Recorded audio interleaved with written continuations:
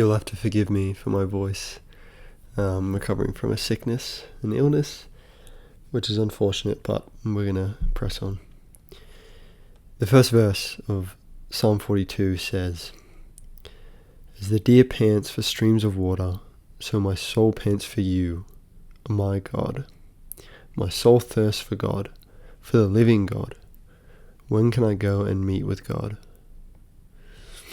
There'll be times in my life when I think my spirit is just sort of downcast. Today I was on the metro or whatever coming home. I just completed an essay, like an assignment at university. And my soul was downcast. I'm not particularly sure why. It might just be a sort of general propensity I have towards negative feelings or whatever. I've been taking these personality tests recently, which are pretty stupid from what I've ascertained, because you can sort of look up how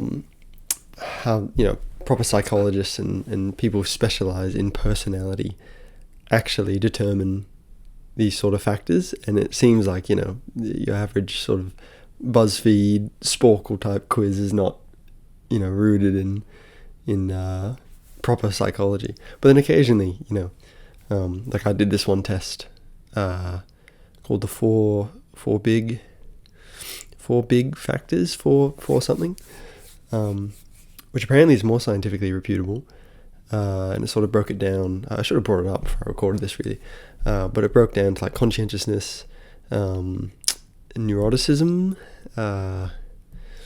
and some other things as well.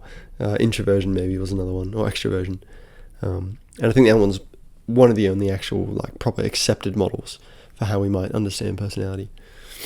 I always score really highly in, I suppose, the negative, or the factors that seem to indicate someone's sensitivity to negative emotion and to reclusion and being reserved and individual, which I suppose is associated with someone with poor mental health, I suppose.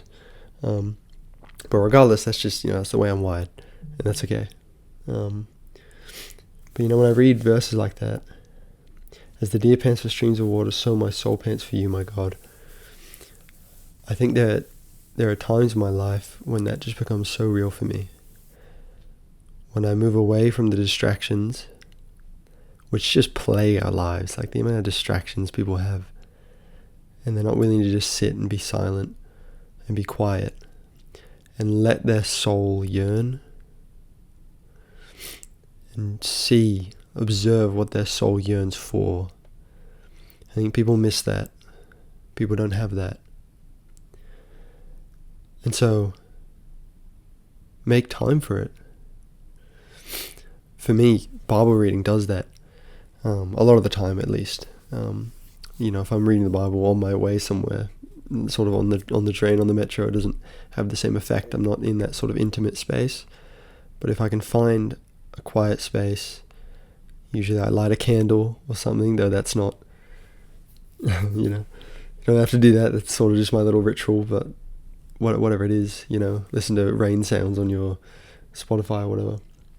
Whatever it is, to sort of enter that state of stillness, and read the Bible, or perhaps pray, or just be still. Perhaps that's maybe a form of prayer, depending on who you ask, but be still and see what your soul yearns for. And maybe through that, you'll gain some direction. You'll see where you might have to go. And that's my encouragement. So that's it.